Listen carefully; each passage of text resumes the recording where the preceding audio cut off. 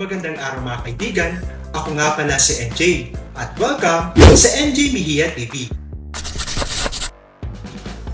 Dito sa ating channel, pag-uusapan natin ang mga paksang may kinalaman sa kultura, buhay, at politikang pang-Pilipino.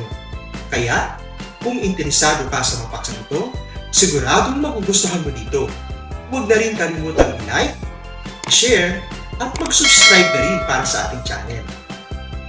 Ngayon, simulan na natin ang ating talakayan. Tara, samahan niyo ako.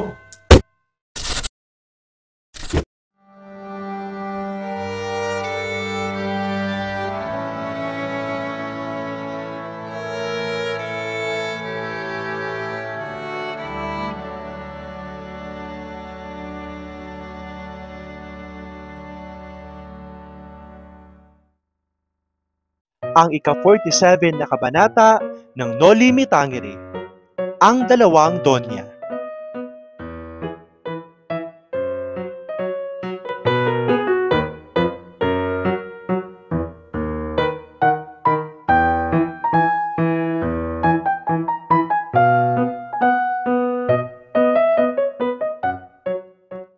Habang abala si Kapitan Tiago sa sabungan, namasyal naman si Doña Victorina sa kabayanan upang tingnan ang mga bahay at lupain na pag-aari niya.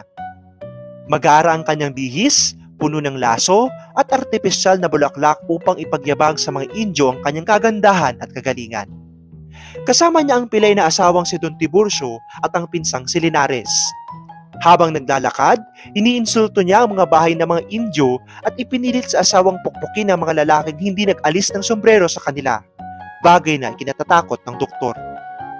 Naiinis si Doña Victorina dahil lubak ang daan, nadudumihan ang damit niya, at hindi siya hinahangaan ng mga dalagang nakakasalubong. Lalo pa siyang naiinsulto nang sigawan siya ng kutsero ng karawayang sakay ni Sinang. Nagalit siya at nagbanta na isusumbong ang kutsero. Nang makasalubong nila ang tenyente, hindi nito gaanong pinuri ang kanyang ayos. Mas lalong nag-apoy ang kanyang galit.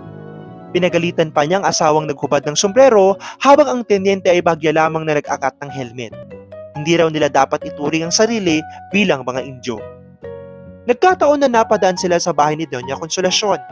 Nakasungaw ito sa bintana, nakapranela at nananabako. Nagkatitigan sila. Matulis at mapanlait ang tingin ng dalawang babae. Bigla na lamang dumura si Doña Consolacion, dahilan upang tawirin ni Doña Victorina ang galit at sugurin ang tapat ng bintana. Magkaharap silang muli at pareho silang nagtatarayan. Tinawag ni Doña Consolacion ang kulot niya. Tinuya ang kanyang kayabangan at sa huli ay pinalalabas na ang tanging nakakapasok lang sa kanilang bahay ay ang mga pilantod na gaya ng asawa niyang si Don Tiburcio. Sa laki ng kahihiyan, muntik nang sumugod si Doña Victorina paakyat ng bahay. Ngunit pinigilan siya ng bantay na Gwardiya Sibil. Dumami ang mga taong nanunood habang nagpapalitan ng mababagsik na salita ang dalawang babae. Ang musa ng Gwardiya Sibil laban sa senyorang puno ng pag-iimbot at kapalaluan. Sa huli, naging isang nakakahiya at nakakatawang eksena ang pag-aaway nila sa harap ng bayan.